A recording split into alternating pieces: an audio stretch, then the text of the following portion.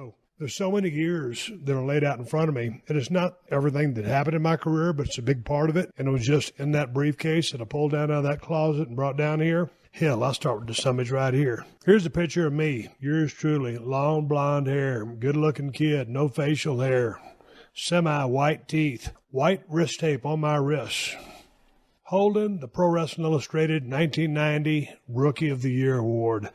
And I got some paramecium amoeba psychedelic long tights on. I don't know what inspired my early in-ring gear. I just thought that multicolored shit in 89.90. Chicks in New York were paying top dollar for this shit. I was getting it pretty damn cheap. I just thought it was a pretty cool look. And so I started off in long tights, ended up cutting those into like bicycle length shorts, and then went to trunks. But that's what I started off in. I'm looking at this picture, 1990 Rookie of the Year, and it brings back a lot of memories for me.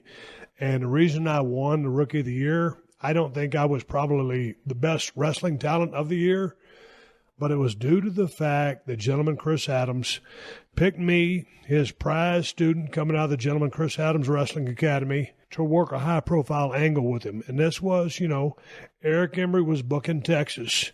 Jerry Jarrett had just bought out Fritz Von Erich. World Class Championship Wrestling became United States Wrestling Association. And so Chris was able to book our angle, run it by Eric, and everything was cool. But it was due to the fact that it was a high-profile angle, student versus teacher. I'd only been working for a couple of months when I got in this feud. So if you go back and watch some of that stuff, I was greener than shit. But I'll never forget when Bill Apter called me, and he goes, "Steve, you won the Rookie of the Year for 1990. I think it was a pretty close vote. I can't remember who came in second place." And so you always think, man, the wrestling business is a work. Everything's a work. But to some degree, it's a shoot. And you live and die by these things. You really do, as a performer.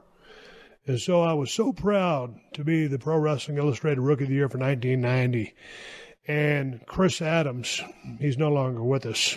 But he really put me on the map. And me and Chris had a very interesting relationship because Chris was a very charismatic guy. He was a great teacher, judo background, but he had a wild side. And I didn't know much of his wild side because in my formative years, in my younger years, we never really hung out at all. He did his thing. When all the guys were working in Dallas, I was living in Denton. And I had a girlfriend at the time, so I would just go back home. I never partied with the guys. I never hung out with the guys. I just showed up, got the shit kicked out of me at the Sportatorium on Friday nights or Saturday mornings, and then, went back to work at Watkins Motor Lines, driving my forklift on Monday and put my 40 to 60 hours in. So I wasn't hanging with nobody, but Chris was an interesting guy, and he had his demons. He had his evil side.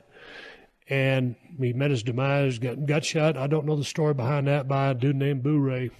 But Scott Casey was originally going to train me to get into the business of pro wrestling. And then I fell out of touch with him. I saw the commercial for the Chris Adams Wrestling School, and that's how I got into business. You've heard me tell that story or parts of that story many times.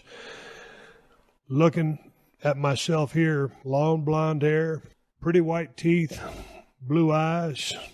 Blonde hair was kind of stringy. White wrist tape, good-looking blue chip kid. Little did I know what the future had in store for me with respect to life on the road and the business.